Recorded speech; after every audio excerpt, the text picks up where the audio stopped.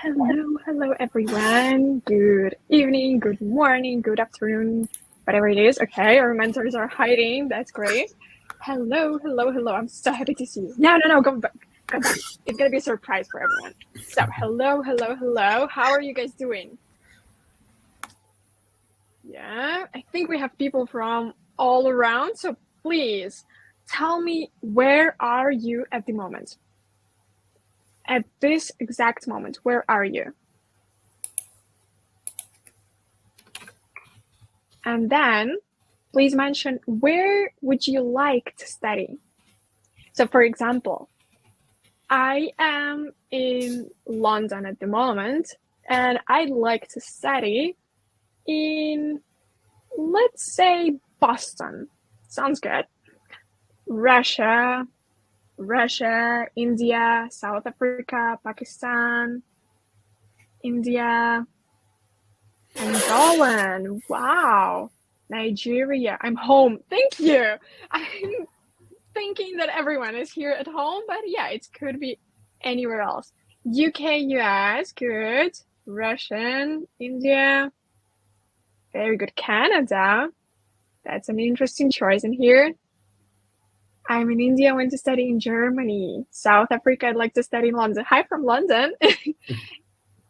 Germany, Russia, very good. Okay, so you are in the right place to get to know more about this. Today, we are going to be talking about studying in Europe.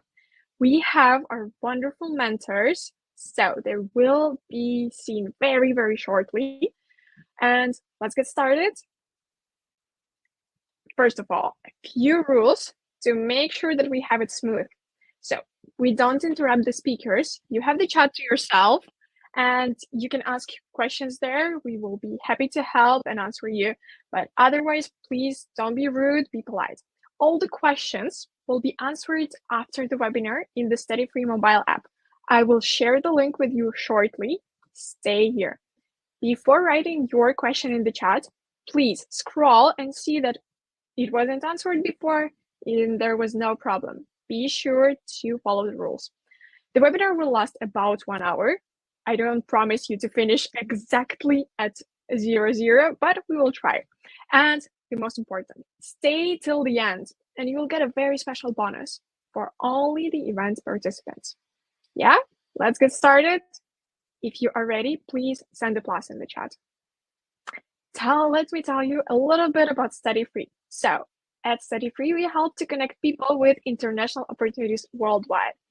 We are here to tell you about education and scholarships, but not only that, we also happy to help with career, relocation, and self-development. There is a lot going on, so let's get started. Study Free, we have over 100,000 students applying worldwide. We have already won over $40 million in scholarships. Every month we have about 50, sometimes more, sometimes less, monthly private events. On the platform, you can find over 500 document samples.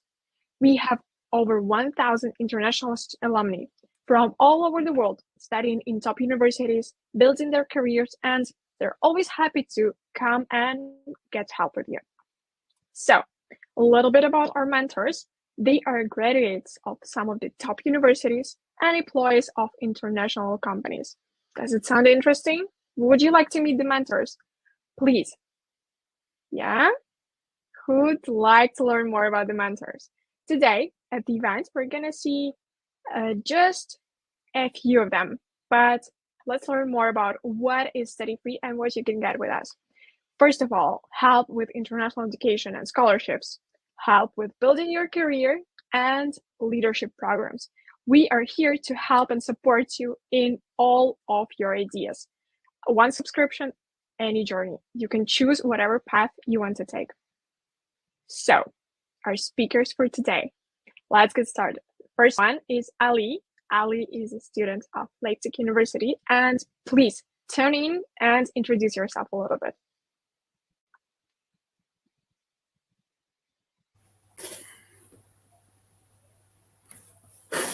Hello everyone, my name is Ali Shea and I'm based currently in Leipzig, Germany, but originally I come from a town called Mombasa in Kenya. It's a beautiful town at the sea level.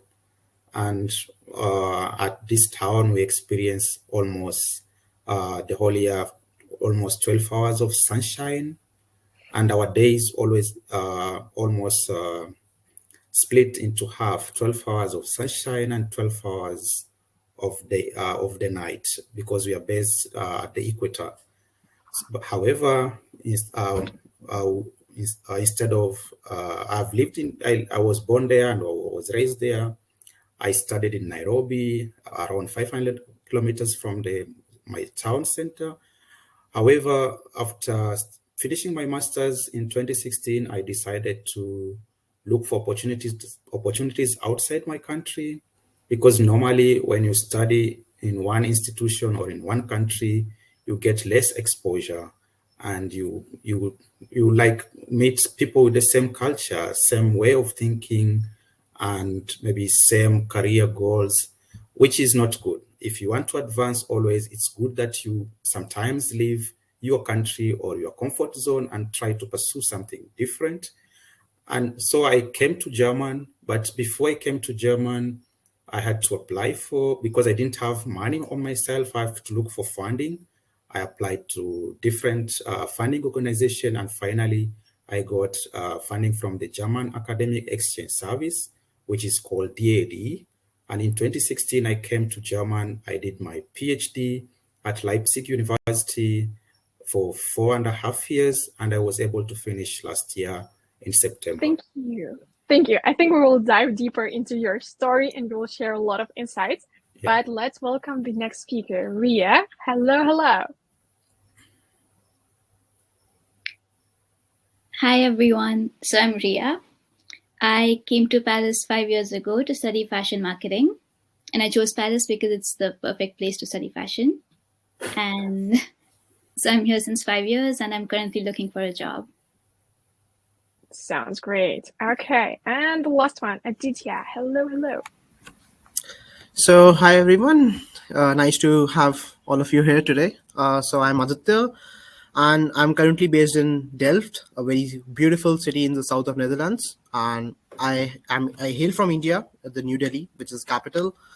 And I did my master's back in India and also worked a couple of years as an engineer. And then that's the point when I decided that I want to pursue a master's.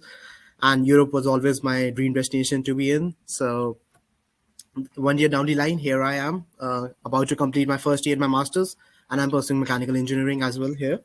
So I think I'll be honored to share a lot of experiences and advices with you all who are looking forward to apply to Europe and specifically in Netherlands. So I'll await your questions. So thank you. Okay, so let's get started. I think the first and the most important question is, how did you choose the country where you're gonna study? Was it an easy choice? What did you think of? So I think, Ali, can you start? I think it depends on various parameters or choices you have to make. For me, I come from Kenya, so basically I didn't want to do my PhD within at least East Africa, the 5 countries of East Africa, that is Kenya, Uganda, Tanzania, Burundi, Rwanda, and Uganda. So I didn't want to do my studies in these 5 countries. So that was the first choice. And so if I keep thinking, I said, okay, South Africa could be the closest for me.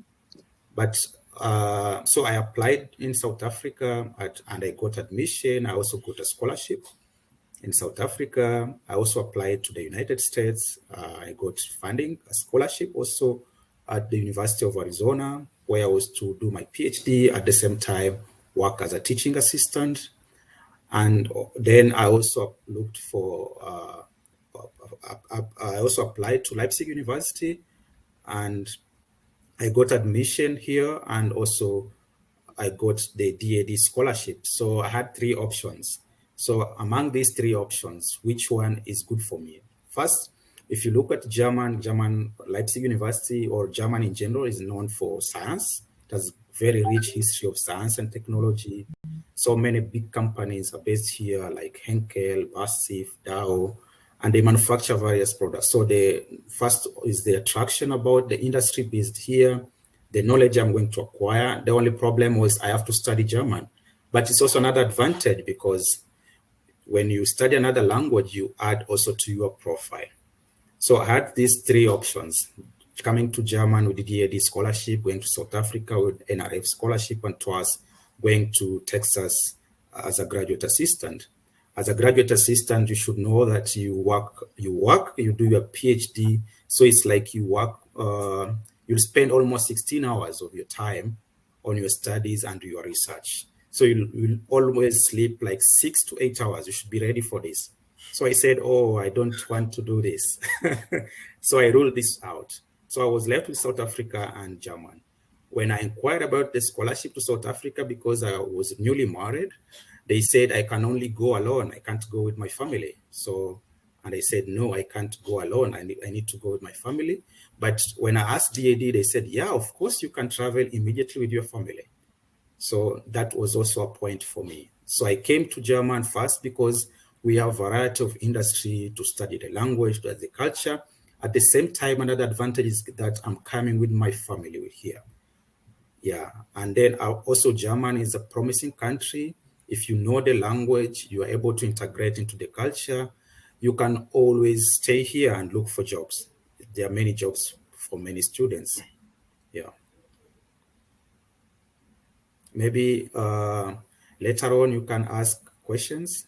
I can stop there for now. Thank you. Okay. Guys, go ahead. Ria? Oh, sorry, I didn't hear. Okay, so I knew I wanted to study abroad for my bachelor's, and I knew I wanted to study fashion marketing. So I did my research, and of course, Paris was one of the best places to study. And I hesitated between Paris and London, but London was a bit more expensive than Paris because, of course, it's in pounds, first of all, and the tuition fee is almost double of the European schools. So I decided not to go to London, and then I decided to come to France. And I mean, I could also intern during Paris Fashion Week, for example. And that was also one of the things that I aimed for. So I knew what I wanted to achieve. So I kind of backtracked. I knew what I wanted to achieve, and then I decided what should I do?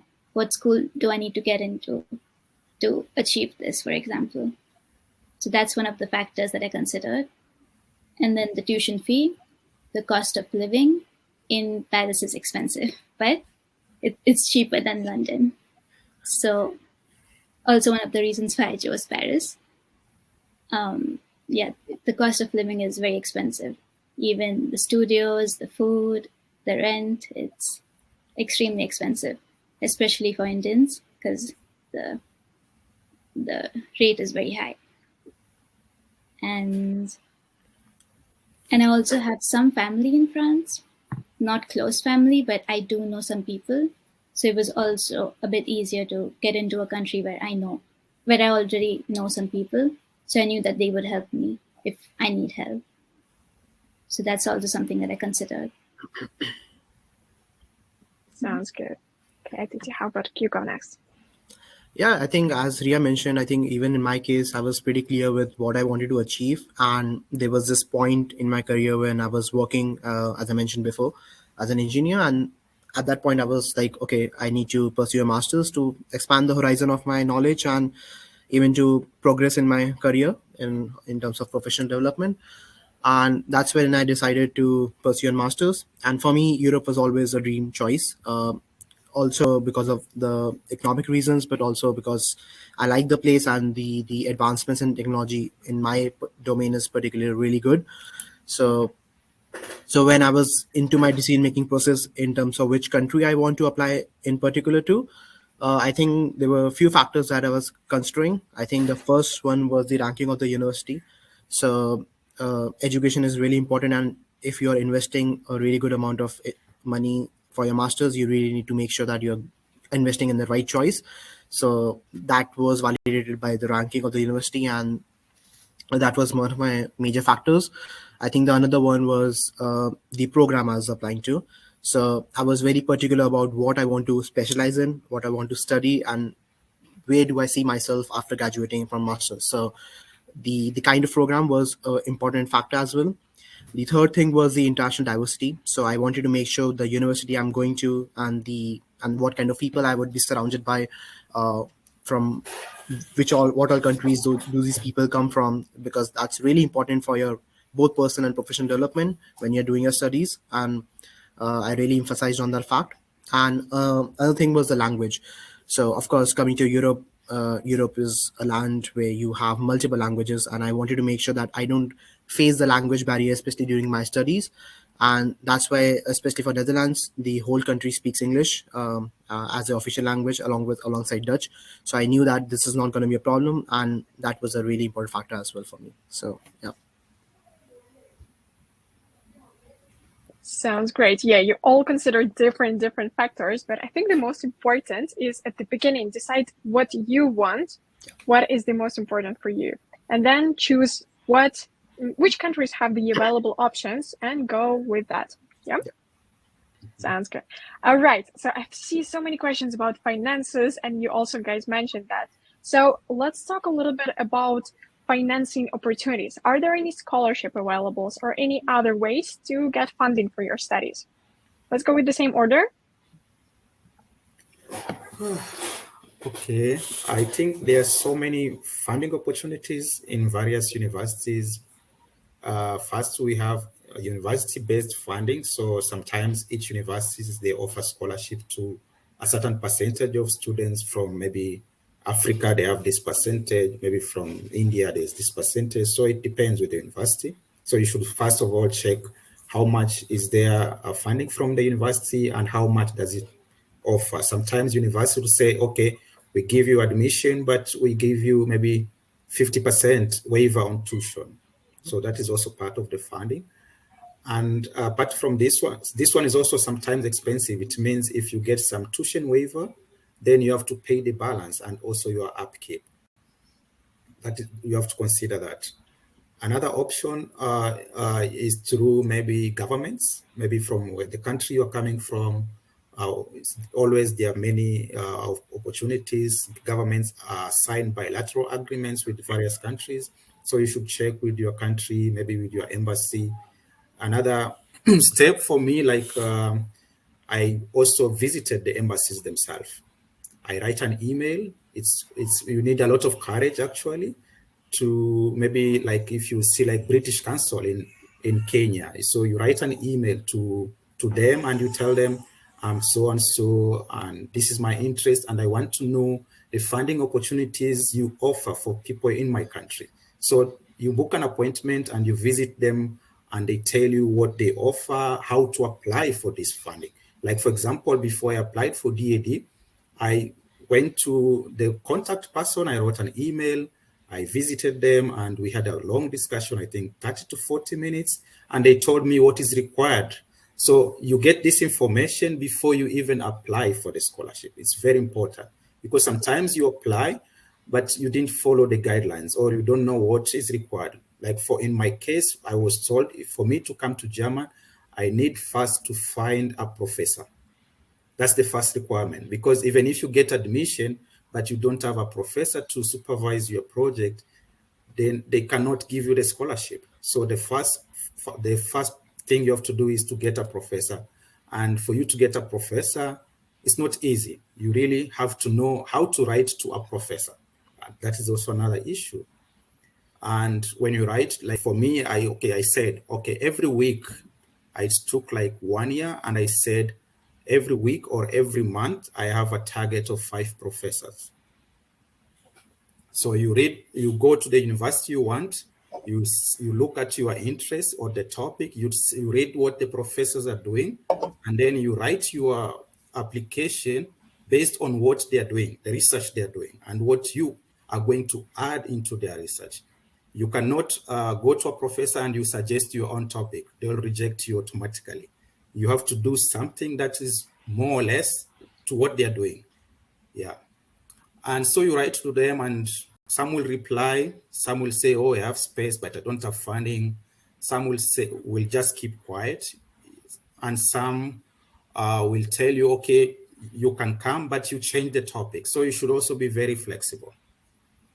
So, and then you apply, and if you like, you do the interview and you go. Another option is to look for professors within the universities if they have funding themselves. Because some professors, they have funding, limited funding. Maybe they for a project, maybe they have a project of 3 years or 2 years, especially for masters and PhD students. And you can work on a project where they pay maybe part of your stipend, your living expenses, as you do your project and publish with them. So there are various options you can consider. Yeah, maybe if I forget something, my friends can add. Yeah.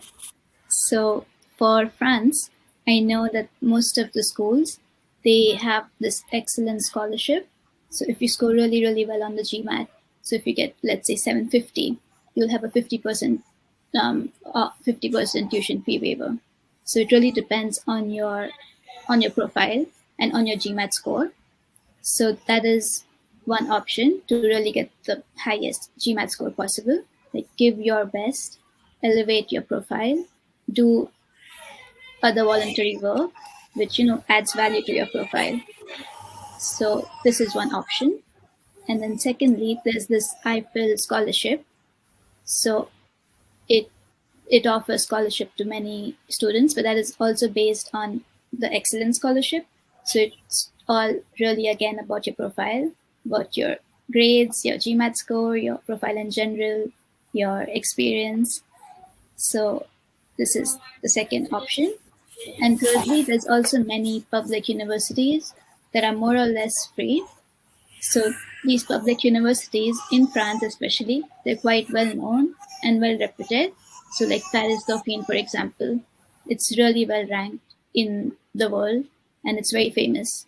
So if you cannot afford to go to these big schools like HEC, ESSEC, I would say apply to Paris Dauphine, for example. But that's extremely competitive.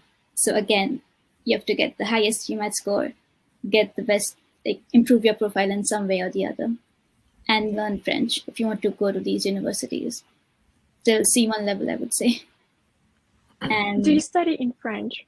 Oh no, my school was international, so it was in English. Mhm.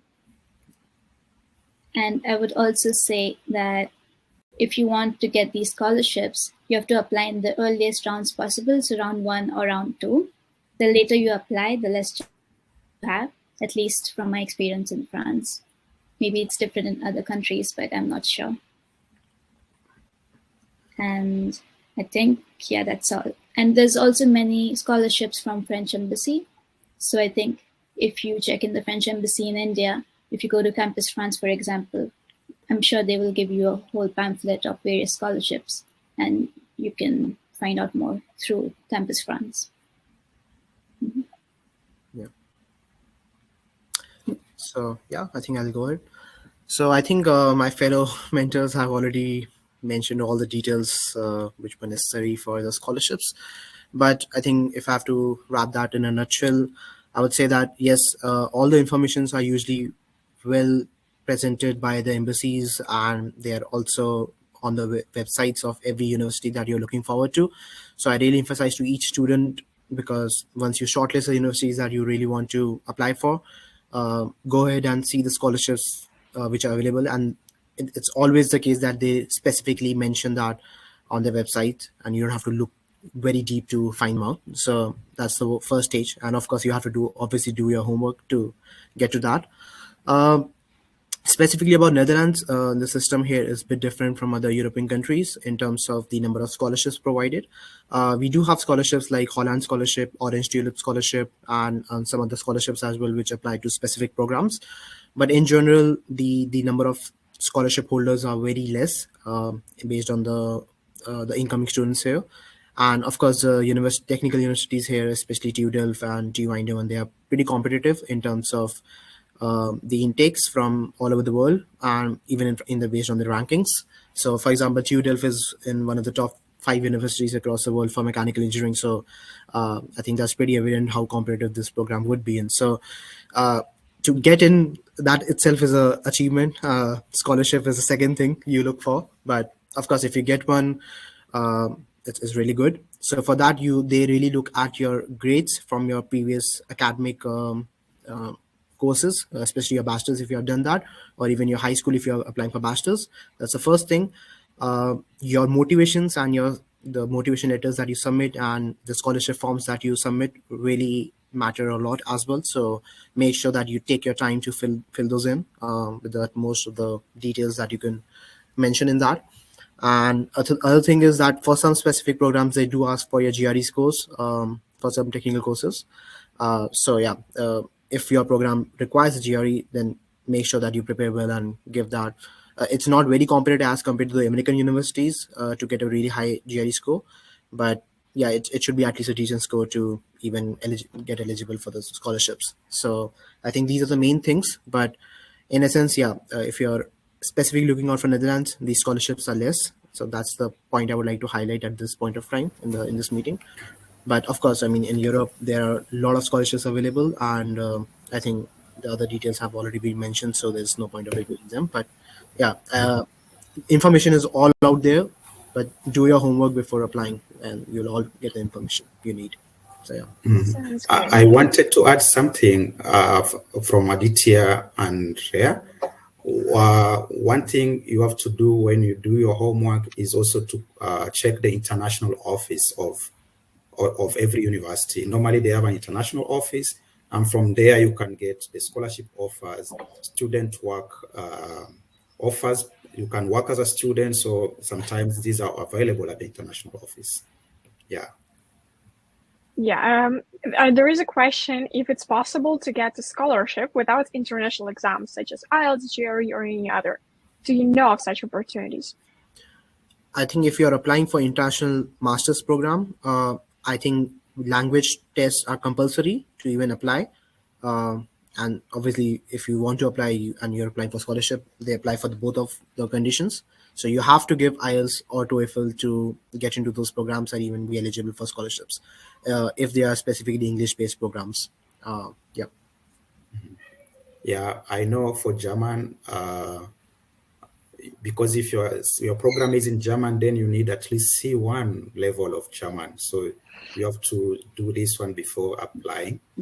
And sometimes in some universities, I know in the US and also some in UK, I think, if your program from maybe bachelor or high school was in English, sometimes they can offer you a waiver, but you need to ask before you make the application. Right. Yeah, in France, for example, now I'll be applying for my master's, and I can ask for a English waiver, IELTS waiver, because I studied my bachelor's in English, so I don't need to give IELTS or TOEFL. Yeah. So, Sounds good. Okay, let's get back to the finances question. We also mentioned that it's not very cheap to live in Europe, but how do you manage as a student? What are your expenses? Please share a little bit. I think in Europe, our biggest percentage goes like in German. Here in German, education is more or less free. You only pay the semester ticket, and this covers your train, your bus ticket for 6 months. However, a huge percentage of the expenses goes to accommodation. Accommodation is very expensive, but generally food and other things are quite affordable. So maybe you can say 50 to 60% of the costs you'll have to will cover accommodation alone. yes, so how I kind of not spent a lot on accommodation is that I always lived with roommates and never lived alone. So the rent was considerably less. And I did not live in the center of the city. I lived almost on the outskirts. So the rent is also way less on the outskirts than in the city. And in terms of grocery, food, it's very expensive, but there are many grocery chains that are very cheap. So for example, Lidl, it's very cheap. So I would rather go there than someplace which is more expensive. So you also save a lot if you go to cheaper grocery stores. I think, yeah, these are the two main things for me. Yeah, I think that's for sure. The rent takes up at least 50% of your overall expenses per month. In Netherlands, it depends. Your rent varies based on the type of accommodation that you choose during your studies. So you have three kind of systems. One is the shared apartments, one is the studios, and one is a mixed type of thing where you have a personalized bedroom, a personalized room, but you share your kitchen. So there are certain variations in the housings, and based on that the rent also varies, and also on the location where you live in the city. So of course, if you're living near the center of that particular city, the rent is gonna rise up. But if you're living a bit far and if you're okay with that, yeah, the rent can go lower. So but definitely rent at least takes up 50% of your overall expenses, which is at least in Netherlands is about 500 euros approximately, to give an understanding to the people here. um, I think food definitely takes up. It again depends on the lifestyle that you live, so it varies from person to person. I'm a person who spends a lot on food, so for me the expenses really go high for food part. But I think I know people. I have friends who spend minimal. They cook daily, so again those expenses can vary. But I think to give a general idea about the expense range there, I would say 200 to 400 euros would be a considerable range to uh, consider right now if you're planning to apply, and if you're doing your budget analysis and stuff like that. And apart from that, of course, you do travel to some places in a month. So travel is pretty decent in Netherlands. It's not very expensive, but you also have passes where you can get discounts. But if you have to buy those monthly subscriptions for the trains and for the trams. But if you get those, I think it doesn't cost more than 10 euros. Apart from that, one thing I would like to highlight is the insurance cost. A lot of people do miss out on that. But insurance is compulsory in Netherlands if you are an international student, and they, based on the insurance that you have and based on the plans that you have selected in insurance, your insurance can go from 500 to 100 euros as well. So it's another important cost which you have to pay for sure. So that I would like to highlight that as well. Yeah. But maybe I can add, always when you get admission to any university, the first thing is to try as much as possible to apply for university accommodation. Yeah. Yeah, but this one you have to start very early, and you have to read about the procedure, the student housing. You select the type of housing you want, and then you apply much earlier before you even maybe go travel to the country. Yeah, university accommodation is always cheaper compared to private accommodation. Yeah, I can totally agree with that. So think of any ways you can cut up costs. Find the best accommodation, maybe from university or any other. Find some not too expensive shops and so on. So it is possible to live on a budget, but you need to be very careful and make sure that you're controlling your expenses. I know, like in German, for food stuff, there's this open air markets. They open maybe twice a week, and there you find very cheap food. Also, we have some special type of shops where they say food that is maybe 2 to 3 weeks to expiry, but you can use it before it expires. It's always cheaper. You can use that one, I think. Oh, I know this very cool app in London. It works at least Too Good To Go. Yeah. So the offers from restaurants and so on. It is amazing. I would also like to add that in France, at least, you get a student discount on almost everything. So if I go to the cinema, I'll get a student discount. My rate will be cheaper than a normal adult. Even in the grocery store, I have a 10% off if I show my student card. So that's really great. And even transport is cheaper for students. It's 35 euros per month, and normally it's 87 euros per month. True. Yes, there are many discounts for students. So make sure you check for your city or maybe some offers from your university as well. Okay, there are so many questions also about work opportunities, some job offers, part-time work. I know that most of you are still studying, but what do you know about this topic? How easy is it to find job? Can you work part-time? Are there any opportunities from university? I think we start with the normal order. I think in money, like in German, there's always jobs for students. And when you get your visa, you are allowed to work, I think, 20 hours a week from your student visa. And this allows you to work part-time. And the easiest way you can maybe look for accommodation for jobs is to contact maybe the international office, but here in Germany we call them Studentenwerk. So there they post jobs to students, and they assist students to get jobs. So, but you have to read the requirements, maybe upload your CV, go to their office, and such things. And also you can check outside, maybe Studentenwerk outside. There are small jobs, and maybe in restaurants. I think with Amazon and stuff, something like this. Yeah. But you have to at least know the local language to some extent, because many of the jobs require you to speak the local language. Like in German, you need at least A2 level of German. Yeah, because many people here, they can speak English, but it's optional. They may decide not to speak to you in English. Yeah. Okay, so in France, the most famous jobs for international students, they are babysitting or dog sitters.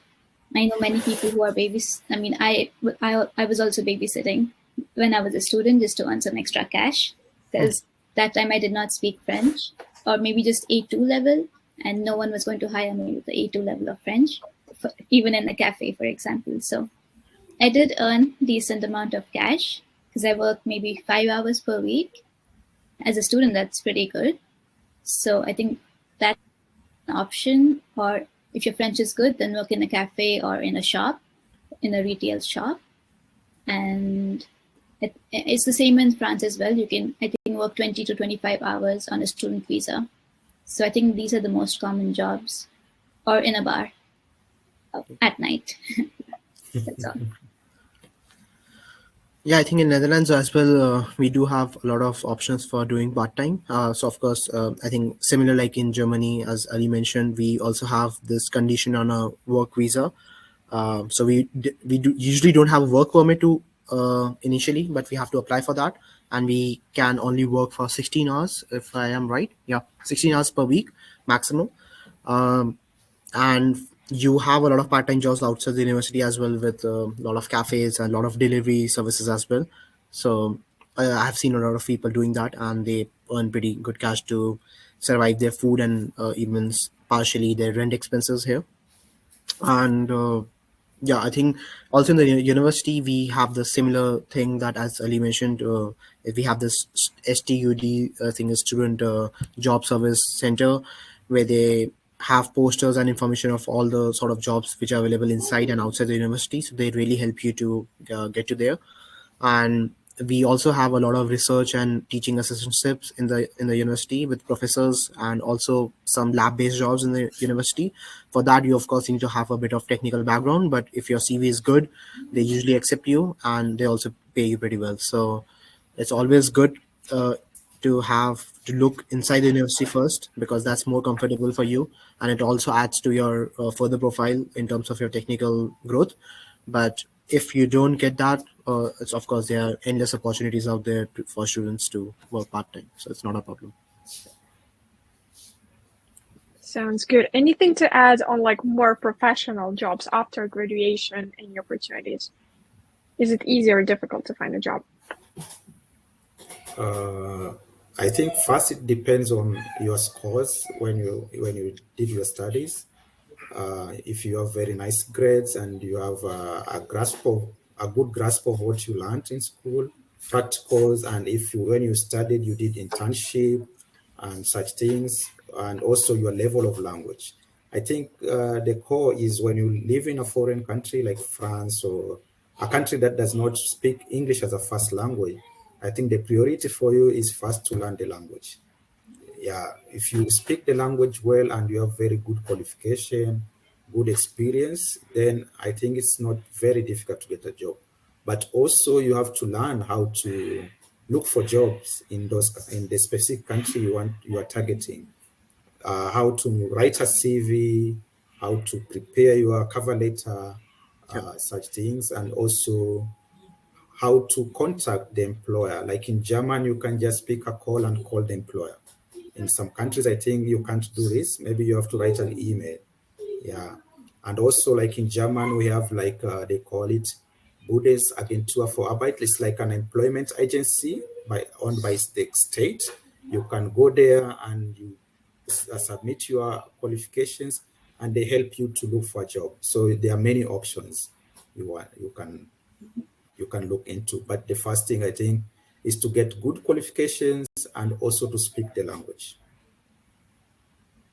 Yeah, so in France, as Ali said, yeah, the language is very important to learn. So you need to learn French. When I came here, I did not speak French at all. And it was extremely difficult for me to even find an internship anywhere, even for like 2 months, because the first thing everybody asked me was, do I speak French? And then it was just over because I didn't speak French. So then I learned French, but it's still extremely difficult. I'm a C1 level of French now, but it's still extremely difficult for me to find a job. I think, I mean, one of the reasons is also they always ask if I need a work permit. So you should also keep this in mind. What does the country really require, or how easy is it to have a work permit in the country that you're looking for? And if you really want to live in that country, or do you want to go somewhere else after you graduate? That's also one of the factors to keep in mind. And I think Aditya mentioned before about how well ranked the universities are. You should research that. And that's also a very important factor, because in France especially, most of the jobs, they'll only look at the brand name of the universities or schools. And if you're not from the top 5 schools, you're just out. So that plays a really, really important role for the recruiters. So overall, I would say if you're from the top 5 schools, you won't face many problems or issues in finding a job. But if you're not from the target universities, it's going to be very difficult in France. Yeah, I think in Netherlands, the job market is pretty booming right now, especially in the technical sphere, in all the engineering domains. There are a lot of jobs, and of course, as Ria and Ali mentioned, the language is a big barrier. But on the contrary, in Netherlands, as I mentioned, everyone speaks English. So thankfully, unfortunately for people like us, it's never a problem. Most of the companies do accept people having no knowledge of Dutch, and English is only the sole requirement for that. But of course, it depends to company. All the big companies don't ask for that. Small companies can have a certain requirement, and also it depends on the kind of role that you would be pursuing in your job. So if your role demands a client interaction, of course, Dutch can be a requirement there. But if your role is a core technical role where you have to just work within the company and your services are totally internal to the company, then of course Dutch is not a requirement for that. But apart from that, the job market is really good, and as Ria highlighted this point of the ranking and the brand name. And why is that important? Because companies know the quality of education that you have received in your master's, in your studies. They know what kind of knowledge you are going to come up with and what can you contribute and how you can be an asset to that company. So they know the volume of the quality that you would bring to the company, and that really plays a big role on that. Of course, your previous records would not matter a lot, I would say, but it shows the consistency that you have in your life in terms of your academic progression. So it's always good to have a good record of things in your resume. And another thing I would like to highlight is, just if you're just coming for your academics, just don't focus solely on academics. It's important. It's your main priority. That's the money you're paying for. But I would also like to highlight that try to participate in more activities, try to open up your domain, try to get out of your comfort zone to learn more skills, especially your soft skills should be good. You should have more, ways to collaborate with people. That's the kind of skills they actually look out for as well, especially for international students, because they really want to make sure that you can come in the company and you can work with people with cultural differences, and they want to see an open mindset in you for that. So that's the thing I also mentioned to a lot of incoming students here in TU Delft, that please come with an open mindset, try to collaborate more with people when you're doing your projects during your studies. Don't just get along with people from your home country, but also from people from other countries. Try to learn their experiences, the culture, try to dig in deep.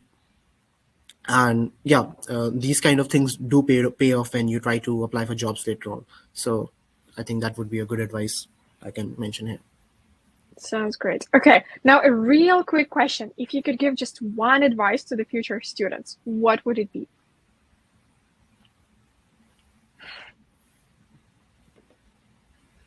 It's a hard question, I know.